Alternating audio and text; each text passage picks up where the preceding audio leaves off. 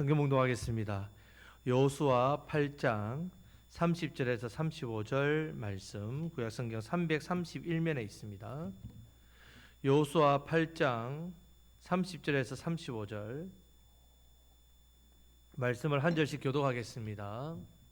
그때 여호수아가 이스라엘의 하나님 여호와를 위하여 에발산에 한 제단을 쌓았으니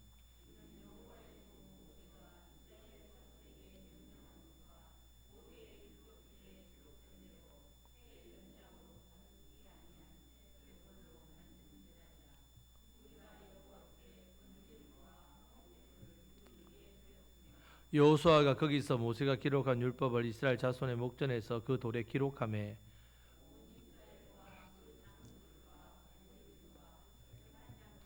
본토인들뿐 아니라 이방인까지 여호와의 언약궤를 맨 레위 사람 제사장들 앞에서 궤 자유에 서되 절반은 거리신 산에 절반은 에발산 앞에 섰으니 이는 전에 여호와의 종 모세가 이스라엘 백성에게 축복하라고 명령한 대로 함이라.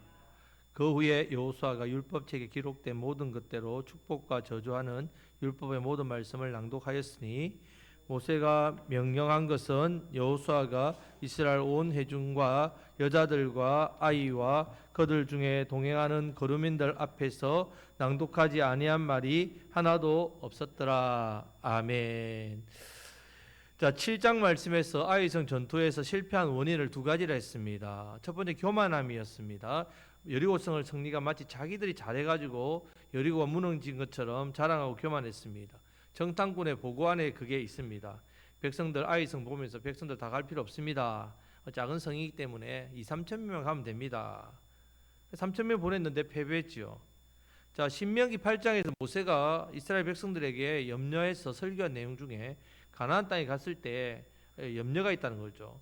여호와를 잊어버릴까 두려워하라고 했고, 내 손과 내 능력으로 이루었다가 그렇게 말할까 봐 염려한다라고 이렇게 했는데 그대로 돼버렸단 말입니다. 자, 두 번째는 한 사람의 불순종입니다. 아간의 탐심 때문에 외투 한 벌, 은 200세겔, 금 50세겔 한 덩이 이거 훔쳤는데 단순하게 탐심이 아니라 이것을 하나님께서는 7장 11절 15절에서 이스라엘이 하나님의 언약을 어겼다. 언약을 어겼다 말씀합니다. 6장에서 여리고에 대한 언약이 있죠. 첫 것이기 때문에 누구 것이라고요? 하나님의 것. 그 취하지 말라 했습니다. 나머지 30개는요? 다 취해라. 한 개입니다. 만약 아간이 탐심 때문에 했다면 그는 참으면 되지요. 왜? 30개 성읍에서 다 고르면 되니까. 이것은 하나님의 말씀 언약을 무시했기 때문에 했던 죄입니다. 탐심이 아니라. 자, 하나님의 백성 이스라엘은 언약 백성입니다. 언약을 지킬 때 승리가 주어집니다. 언약을 깨면 패배합니다. 자, 아이성 싸움의 실패는 3천 명만 올라가서 전 게 아니라 결국은 뭘 깼기 때문에? 언약을 깼기 때문에. 예. 자, 이제 이 언약의 관계, 우리도 마찬가지입니다, 여러분. 우리도 예수님 때문에 하나님 관계가 연결되어 있는 겁니다. 언약입니다.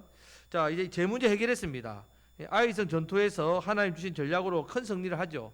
그리고 아이성을 비롯해서 이제 29성읍교의 전리품들을 이제 이스라엘 다 가지도록 했습니다. 승리도 하고 처음으로 전리품을 생겼어요. 아이성에서. 얼마나 기분이 좋습니까? 자, 이럴 때에 이스라엘이 해야 할 일과 기억해야 할 일이 나옵니다. 그러면 우리도 은혜 받고 나면 해야 할 일이 있고 기억해야 될 일이 있단 말입니다. 자, 30절 31절 말씀을 다 같이 읽겠습니다. 그때에 여호수아가 이스라엘의 하나님 여호와를 위하여 에발산에 한 제단을 쌓았으니 이는 여호와의 종 모세가 이스라엘 자손에게 명령한 것과 모세의 율법책에 기록된 대로 새 연장으로 다듬지 아니한 새 돌로 만든 제단이라. 무리가 여호와께 번제물과 화목제물을 그 위에 드렸으며. 아멘. 자, 에발산과 그림심산은 둘 다 세겜에 있습니다. 높이는 한 300m 정도밖에 안 됩니다. 에발산은 완전 돌산입니다. 돌산.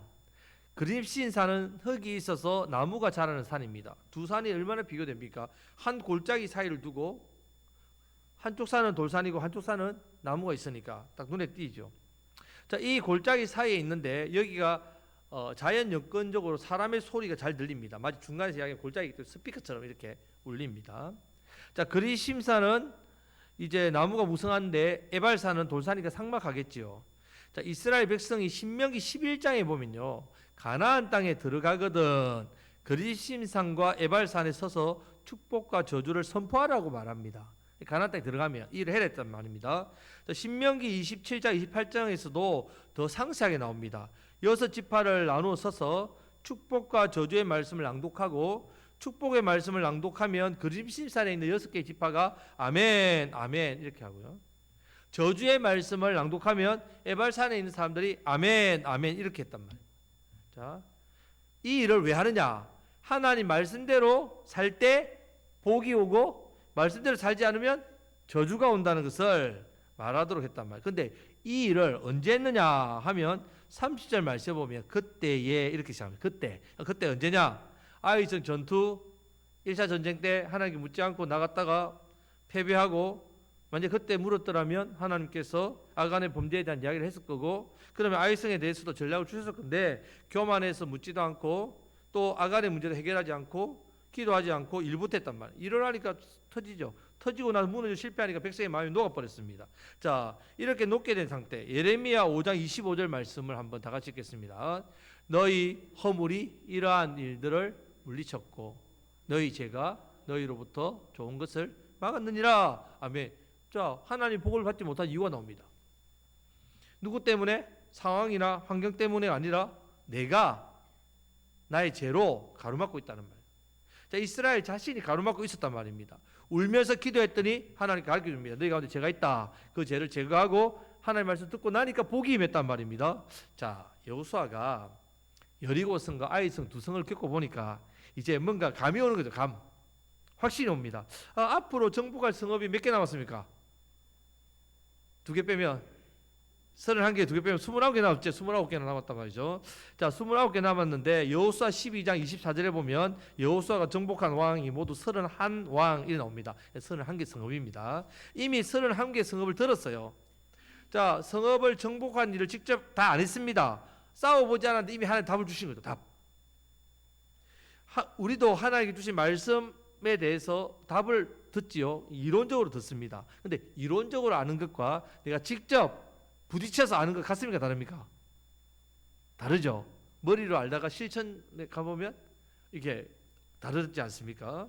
자, 이 말씀이 진리인 것을 직접 내가 겪는 거, 이 말씀이 진리인 것을 직접 겪는 거 하고요, 그냥 머리로만 듣고 그렇겠구나, 여러 설교 시간에 지금 듣고 있습니다, 하는 거하고 천지 차이입니다. 귀로 듣는 말씀과 눈으로 삶에서 말씀한 대로 역사가 일어나는 거하고 천지 차이란 말이에요. 여호수아는 아이성과 여리고를 통해 겪었습니다. 이제 남은 29개 성읍도 이 원리구나. 자, 하나님께 완전히 다 달려있다는 사실을 알았다는 말입니다. 완전하지 하나님께서 싸워주시는 걸 알았다는 말입니다. 우리가 싸움을 잘해서 실력을 갖추어서 되는 게 아니라 우리는 하나님의 주신 말씀만 순종하면 되는구나. 싸움의 승패는 뭐라고요? 하나님 말씀에 순종과 불순종이라는 걸 알았단 말입니다. 이 사실을 알고 한 일이 바로 세겜에 있는 그리심산과 에발산으로 가는 일입니다. 길갈에서 세겜까지는 아이를 거쳐서 무려 30km를 최소 더 가야 됩니다. 한번 생각해 보시죠. 지금 남쪽하고 싸워야 됩니다. 먼저 남쪽하고 싸워야 된다고. 그런데 남쪽하고 싸워야 되기 때문에 북쪽 30km 올라가면 됩니까? 안 됩니까? 안 되죠. 올라갔다 또 다시 내려와야 되는데 상식적으로 이해가 안 되죠. 11장에 보면요, 화설 왕 야빈과 싸우러 갈 때에 다시 세겜으로 와서 또 이 일을 하니까 이거 이중일이란 말입니다. 이중일. 먼저 남방부터 점령해놓고 올라가면서 세겜에 가도 되는데 굳이 올라갔다가 다시 밑에 남방까지 또 내려왔다가 싸웠다가 또 다시 올라갔다가 그럴 필요 없다는 말이죠. 그럼 왜 효과적으로 성읍들을 정복하는 시간적으로 부족한데 왜 이리 왔다리 갔다리 하면 시간을 소비했느냐? 자, 일부러 싸움을 멈추고 걸어간 겁니다. 왜 그러면 지금 이때이냐 하면요, 이스라엘이 두 번의 싸움을 통해서 승패가 어디에 달려있는 것을 알았기 때문에.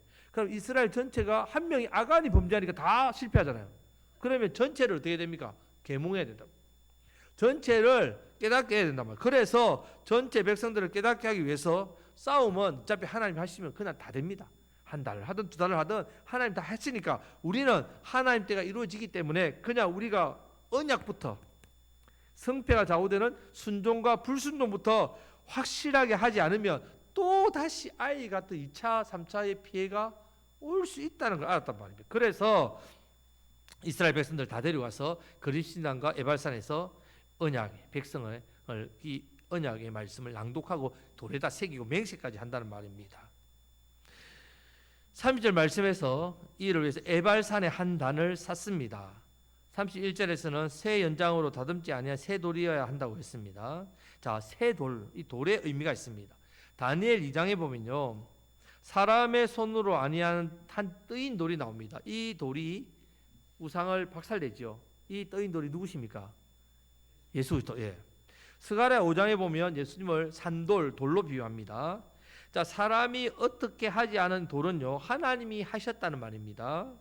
사람의 손으로 다듬지 않았다는 말은 하나님께서 하셨다는 말이에요. 이것은 예수님을 상징하는데, 자, 예수님을 상징하는 돌 위에다가 예수님을 상징하는 번제와 화목제물을 드리겠다는 말입니다. 자, 32절 말씀을 다 같이 읽겠습니다. 여호수아가 거기서 모세가 거룩한 율법을 이스라엘 자손의 목전에서 그 돌에 기록하며 했습니다. 자, 거기는 에발산입니다. 율법을 그 돌에 기록했습니다. 그 다음에 절반씩 나누고 그리스도산의 축복, 에발산의 저주의 말씀을 낭독하게 했습니다. 자, 33절부터 35절 말씀을 다 같이 읽겠습니다. 온 이스라엘과 그 장로들과 관리들과 재판장들과 본토인뿐 아니라 이방인까지 여호와의 언약궤를 맨 레위 사람 제사장들을 앞에서 궤의 좌우에 서되 절반은 그림신산 앞에 절반은 에발산 앞에 섰으니 이는 전에 여호와의 종 모세가 이스라엘 백성에게 축복하라고 명령한 대로 함이라. 그 후에 여호수아가 율법책에 기록된 모든 것대로 축복과 저주하는 율법의 모든 말씀을 낭독하였으니 모세가 명령한 것은 여호수아가 이스라엘 온 회중과 여자들과 아이와 그들 중에 동행하는 거류민들 앞에서 낭독하지 아니한 말이 하나도 없었더라. 아멘. 여러분, 제단을 쌓으려면 에발산이나 그림심산 두 중에 한 군데 쌓으면 안 되고요. 두 개니까 하나를 쌓으려면 어디다 쌓으면 제일 보기 좋습니까? 두 산이 두 개니까 중간에다가 골짜기에다 쌓으면 양쪽 다 보지 않습니까? 중간에 서서 좀 제사장이 축복과 주제 말씀을 해야 하니까 거기다가 이 제단을 쌓아 놓으면 더 좋지 않아요? 거기서 선포하고 거기다가 제사를 지내면 양쪽에 다 보니까. 그런데 왜 제단도 에발산에 세웠고 율법을 세운 돌들도 에발산에다 세워 놓습니까? 그림산에 아무것도 안 하고. 자, 이것은 무엇을 상징하냐 하면요, 모든 율법 아래에 있는 사람은 뭘 받았다고요? 저주를 받았다는 말입니다. 모세가 복받는 비결로 율법을 가르쳐 주었지요. 하지만 율법 아래에 있는 사람은 다 저주 아래 있습니다. 사람의 본성이 악하기 때문이죠. 율법을 지키면 복을 받는다는 건 말이 맞습니다만 율법을 다 지킬 수 있습니까? 없습니까? 없습니다. 여호수아는 이걸 경험했단 말이죠. 7장에 저 정탐꾼을 보냈더니 이 3,000명만 데리면 됩니다. 3,000명 보냈더니 이것이 하나님의 언약을 어긴 기초가 된다는 사실을 미처 몰랐죠. 근데 3,000명 보내면 되는 줄 알았죠. 교만이라는 것도 생각 못했단 말입니다. 결국 자신도 모르는 사이에 어디로 들어가 버렸단 말입니까? 율법을 어기는 저주 아래 들어가 버렸어요. 자기는 율법의 저주 아래 있으려고 이렇게 한 게 아닙니다. 그 중에 한 사람 아간이 또 언약 어기고 온전히 바친 물건을 또 손댔죠. 결과적으로 이스라엘에게 하나님 진노 쏟아졌죠. 와, 이 여호수아가 깨닫는 거죠. 야, 모세도 단 한 번 실수로 가나안도 못 들어갔잖아요. 야, 이게 모세가 실수한 게 아니라 모세의 한계, 죄인의 한계라는 걸 알았다. 자, 이 일도 여호수아가 자기 실수가 아니라 한계라서 한계, 죄인의 한계. 나 자신을 하나님 요구대로 다 드릴 수 없구나. 여러분들은 어떻습니까? 여러분의 한계가 없습니까?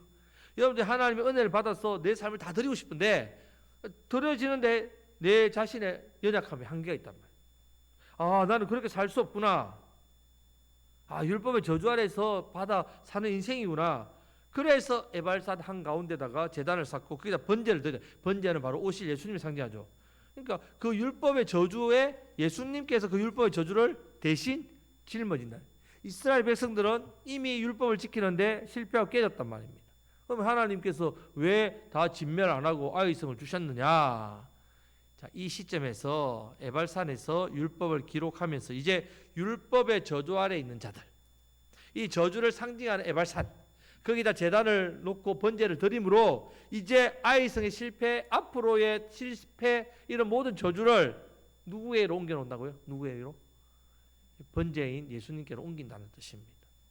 저와 여러분들의 실패와 실수와 제도, 저주의 에발산에 있는 저주를 다 홀라당 받아야 됩니다. 여러분들이 아멘 했기 때문에, 하나님과 언약을 맺었기 때문에. 그런데 이 아멘에서 율법의 저주를 받는 게 아니라 누가 대신 받아줬단 말입니까?